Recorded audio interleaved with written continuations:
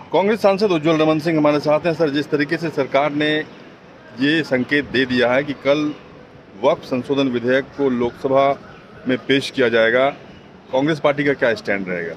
देखिए, हम लोग हमेशा इस चीज़ के लिए तैयार हैं कि संसद में बहस होनी चाहिए, चर्चा होनी चाहिए। संसद इसी के लिए बनी है। लेकिन सरकार का ये प्रयास है कि कहीं न कहीं संख्या बल के आधार पर इस बिल के माध्यम से एक बड़ा संदेश देने का काम, वो राजनीतिक संदेश देने का काम। मेरा कहना है, मेरा मानना है कि बिल बनते हैं, कानून बनते हैं लोगों की भलाई के लिए, लोगों के कल्याण के लिए, और इसके दीर्घकालिक लाभ और हानि है।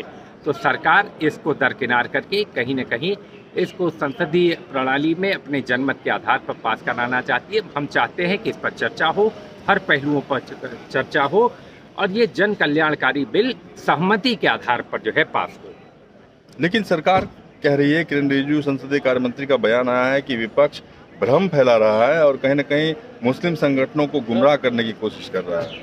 देखिए, कोई किसी को गुमराह नहीं कर सकता। ऐसी बातें जब किसानों का बिल आया था तभी भी सरकार कह रही थी कि देश के बाहर की ताकतें उनको गुमराह कर रही हैं, देश के अंदर के लोग उनको गुमराह कर रहे हैं।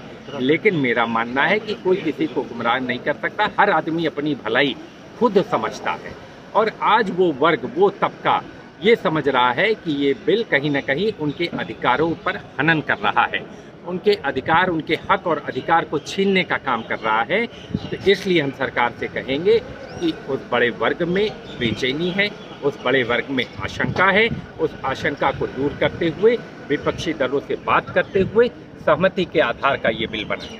धन्यवाद हमसे बातचीत करने के लिए। रमन कुमार, दिल्ली न्यूज़ 24।